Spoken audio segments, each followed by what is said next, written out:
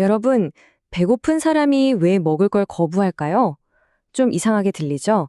오늘 바로 이 흥미로운 질문으로 시작해서 요한복음의 한 구절을 통해 우리 삶의 목적과 우선순위가 과연 무엇인지 한번 깊이 파고 들어가 보겠습니다. 자, 이 장면을 한번 상상해 보세요. 예수님께서 긴 여정으로 지치고 굶주리셨습니다. 제자들이 음식을 가져왔죠. 그런데 드시려 하질 않으시는 거예요. 정말 의아한 행동이죠. 바로 이 순간이 오늘 우리라 파헤칠 이야기의 핵심입니다. 제자들의 반응을 보면, 아, 이게 관점의 차이구나 하는 걸 알 수 있어요. 말하자면 이건 전혀 다른 두 종류의 배고픔에 대한 이야기인 거죠. 여기서 두 관점이 딱 부딪히는 게 보이죠. 제자들은 배고프다, 먹어야지 하는 당장의 육체적인 허기에 집중하고 있었어요. 하지만 예수님의 시선은 완전히 다른 곳, 바로 영원하고 영적인 양식을 향하고 있었던 겁니다. 서로 다른 차원의 배고픔을 이야기하고 있었던 거예요. 그리고 예수님은 자신의 양식이 무엇인지 아주 명확하게 말씀하십니다.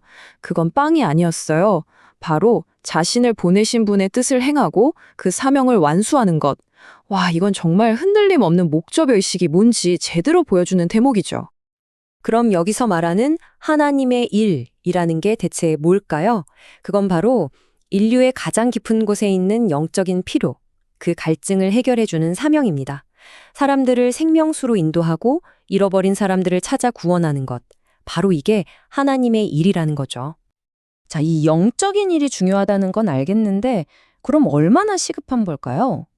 예수님은 이 긴급성을 설명하기 위해 당시 사람들이라면 누구나 바로 이해할 수 있는 아주 강력한 비유를 사용하십니다.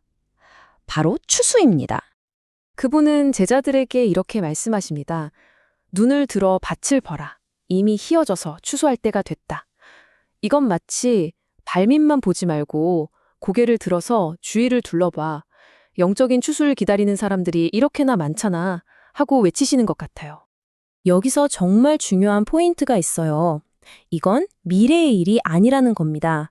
추수는 언제가가 아니라 바로 지금 준비되었다는 거죠.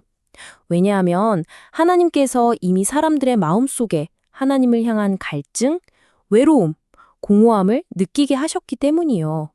모든 조건이 완벽하게 무료익었다는 뜻입니다. 바로 그래서 긴급한 겁니다. 실제 추수할 때를 생각해 보세요.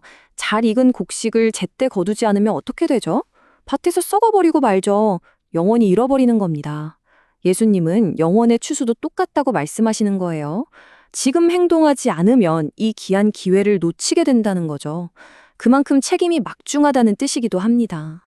그런데 이 긴급한 과업이 그저 부담스럽기만 한 건 아닙니다. 이 영적인 수고에 참여하는 사람들에게는 정말 엄청난 보상이 약속되어 있거든요.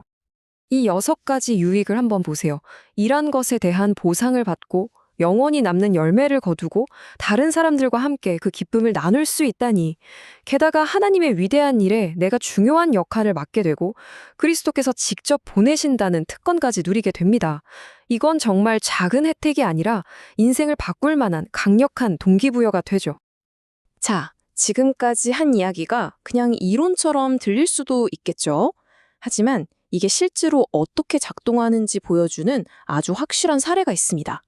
이 수고가 정말로 결과를 낳는다는 걸 보여주는 증거죠. 예수님께서 제자들과 만나기 직전에 대화했던 사마리아 여인 기억나시죠? 그 여인이 마을로 돌아간 뒤에 정말 놀라운 연쇄 반응이 일어납니다. 이 파급 효과를 한번 보세요. 처음에는 많은 사람들이 그저 여인의 말을 듣고 믿기 시작했어요. 그걸 계기로 예수님께서 더 많은 것을 가르칠 기회가 생겼고요. 그리고 결국에는 훨씬 더 많은 사람들이 직접 예수님을 구원자로 믿게 되었습니다.